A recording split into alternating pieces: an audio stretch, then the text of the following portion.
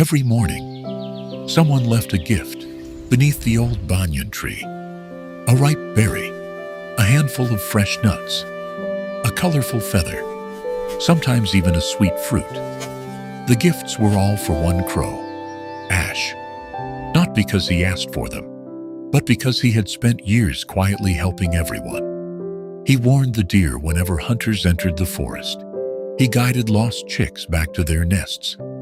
He called out whenever storms approached.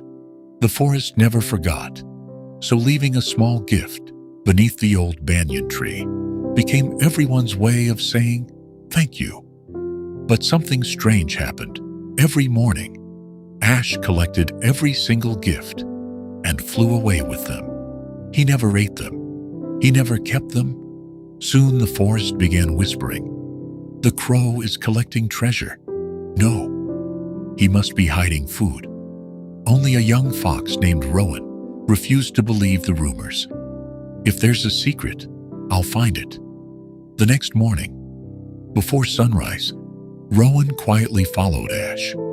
The crow flew beyond the forest, crossed a small stream, and landed beside an old wooden fence near a tiny village. There stood a little girl. Beside her was a small clay bowl filled with fresh water. Ash landed gently. He drank a little water, then carefully placed every berry, nut, and fruit beside her. Without making a sound, he flew away. Rowan watched from behind a tree. The same thing happened the next morning, and the morning after that.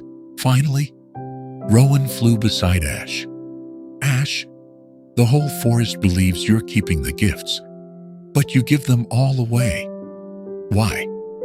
Ash looked quietly toward the little girl. "Many years ago, during a terrible storm, my wing was broken. I fell beside this very fence. I couldn't fly. I couldn't even reach water. For 2 days, many people walked past me. They looked and kept walking. Then she came." Ash smiled. "She placed a bowl of water beside me. She came back the next morning, and the next. She never knew if I would survive, but she never stopped coming. When my wing healed, I flew away. But every morning after that, she still placed fresh water here. Not because she knew I would return, but because she hoped I would." Rowan looked at the little clay bowl. It was old, slightly cracked, but always clean. Ash continued softly, "The gifts the forest gives me don't belong to me. They belong to the first heart that showed me kindness." The next morning, instead of leaving gifts beneath the banyan tree, the rabbit quietly placed fresh carrots near the little fence. The squirrels added nuts. The robin brought sweet berries, one by one. The animals came, but none of them stepped into the open.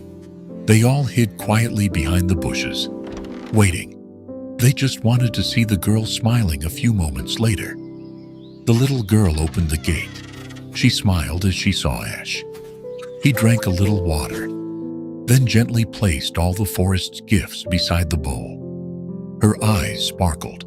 She gathered everything carefully. The rabbit whispered, "She finally has enough food." But then, the little girl did something no one expected. She kept only a few fruits for her family. She placed the rest into a small basket. Curious, the animals quietly followed from a distance. At the edge of the village, an old man sat hungry beneath a tree. A tired mother held a little child. An elderly woman rested beside the road. Without saying a word, the little girl shared the fruits, the carrots, the berries, and the nuts with each of them. She smiled, then quietly walked home with the small portion she had kept.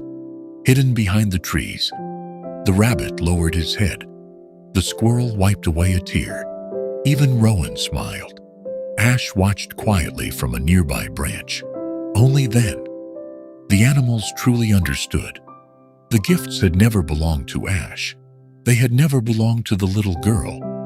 Kindness had simply continued its journey, from one heart to another.